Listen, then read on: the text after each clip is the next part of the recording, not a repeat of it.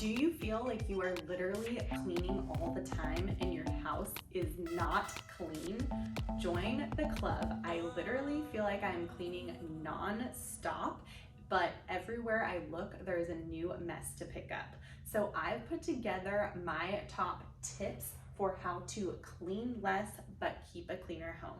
And I would love any top tips from you as well. So be sure to leave those in the comments because I'm sure we could all benefit from them. I've broke this out into several quadrants. The first is gonna be laundry.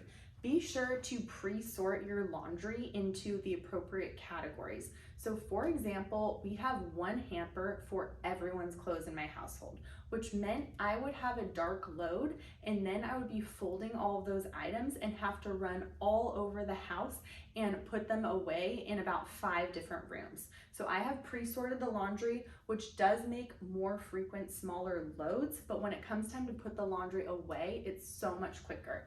Next, rewear. Make sure everyone is re-wearing jackets, outer shirts, and jeans. There is no reason you should be washing those after the first go unless they're extremely soiled. Organize and stock. So you want cleaning products stocked in the places where it's going to be convenient for you to get to them. So for example, in the bathrooms, I always have a Comet and a Scrubby, especially if there's a last minute guest to arrive. I can just easily clean that bathroom, run to the next one without having to lug cleaning of products across each room. Keep smaller cleaning supplies like a mini vac and a broom inside your home. Lugging in a huge corded vacuum can seem like such a daunting task, and it will be quicker and easier for you to clean if you have smaller, more convenient cleaning products available. Have wet and dry cleaning supplies and always do a dry clean and then a wet clean. So that's going to be a vacuum or sweep or wipe, followed by a wet clean, which could be a Swiffer or mop or hand towel with your favorite cleaning product. Getting rid of all the debris first and then doing that wet clean is going to be the most efficient process. Also, always clean from top to bottom. When you clean from top to bottom, any debris as you're working are going to fall to the last areas that you're going to clean rather than working from bottom to top. Permanently reduce clutter. If you've watched any other cleaning videos, you know this is a #1 recommendation. Every single item in your house should have a place. In all of your drawers and area of your house, invest in containers and bins that will organize your items. If you do need a junk drawer for miscellaneous items that don't fit in any specific category, you can allow yourself up to 1 junk drawer or spot in each room in your home. Always have less incoming items than you do outgoing items. If you keep purchasing things and not getting rid of things, you will slowly accumulate a ton of crap inside of your home. Keep hooks on all of your doors. So these do not need to be drill ones. They can be the drape over hooks. This will eliminate people in your house, like your husband, draping their towels and jackets and shirts all over your furniture. Having easy hooks just keeps everything clean and also convenient. Set up staged areas, especially in your kitchen or dining area. What I mean by that is we have glass cupboards in our kitchen and then we have closed cabinets. So the glass cabinets are going to contain all of our staged items, which are off limits unless guests were to come over. This allows all of the mess as far as handprints and things inside and outside the cabinets to the unstaged areas, while the staged areas all look perfect. So again, it contains the mess in the unstaged areas and also maintains the staged look all the time. Reduce the mess from coming into your house in the first place. So this is gonna sound really extreme, but kick your pets out of your house. We had 4 indoor animals. We are down to 1, and she is literally this close to getting kicked out. Dog hair and the dust and grime and dead animals they drag in just causes a bigger mess for you to have to pick up in the first place. Create a mudroom in your home or a place in the garage where you require kids and dads to strip down their dirty clothes and shoes prior to coming in your home.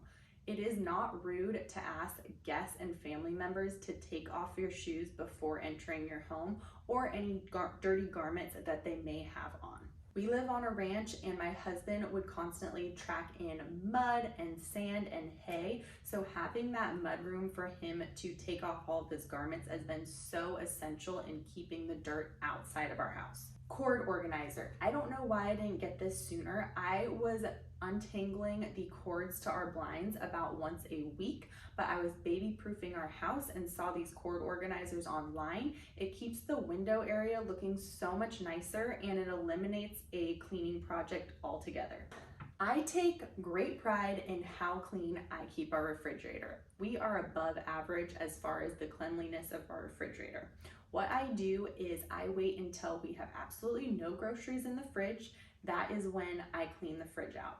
I use a mini vac to get all the crumbs out, and I will take out all of the drawers and cabinets and wipe those clean or wash them if they fit in the sink. To eliminate a mess in the fridge in the first place, I bag all things that could leak, like meats, get rid of all expired food. I line the drawers to make cleanup super easy. I do not allow mesh bags or mesh boxes in my refrigerator. The mesh bags that hold things like avocados get those little fibers everywhere, and mesh boxes like the ones that hold grapes get tiny little branches from the grapes all over the refrigerator shelves and drawers. Lastly, solicit help. Have people in your household assigned to chores other than you, and make sure you can hold them accountable for getting them done right.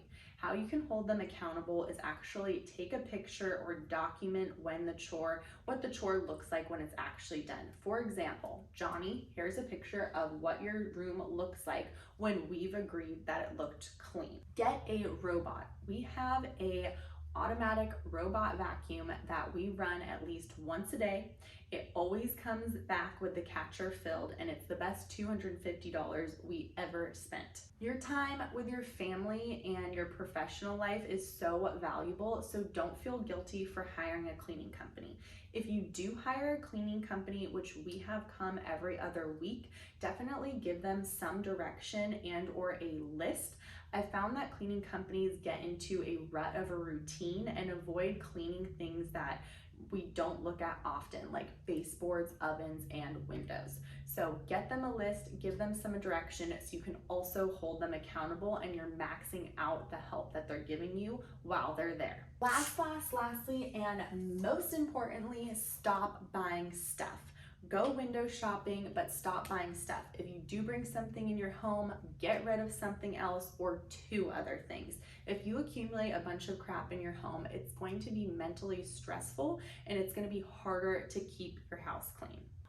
All right, that wraps up all of my tips for cleaning less but keeping a cleaner home. If you have any comments or questions, definitely leave them below. Subscribe to my channel if you liked this video, and we will look forward to seeing you on the next one.